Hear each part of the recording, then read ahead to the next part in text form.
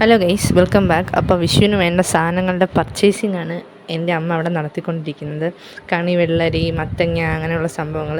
അപ്പോൾ കൃഷ്ണന് ചാർത്താനുള്ള ഹാരമൊക്കെ വാങ്ങിച്ചു. പിന്നെ കണിക്കൊന്ന, ചക്ക, പിന്നെ കുറച്ച് മാങ്ങ, ഇതെല്ലാം കിട്ടിയിട്ടുണ്ട്.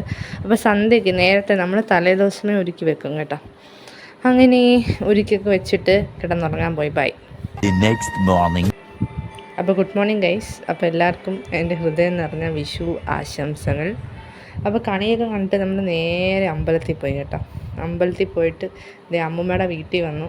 അവിടെ വന്നപ്പോൾ നല്ല ഉണ്ണിയപ്പം. ഞാനൊരു ഉണ്ണിയപ്പം ഫാനല്ല, പക്ഷെ അമ്മൂമ്മ ഉണ്ടാക്കി നല്ല ഇഷ്ടപ്പെട്ടു, അതുകൊണ്ട് കഴിച്ച്. പിന്നെ പാൽപ്പായസം, പിന്നെ പഴം പായസം, ഇതൊക്കെയാണ് ഇന്നത്തെ അമ്മൂമ്മയുടെ സ്പെഷ്യൽ ഐറ്റംസ്. പിന്നെ സദ്യയൊക്കെ ഉള്ളതൊക്കെ ഒരുക്കിക്കൊണ്ടിരിക്കുവാണ്. അതിൻ്റെ അവർ രണ്ടുപേരും തകർത്ത പാചകത്തിലാണ്.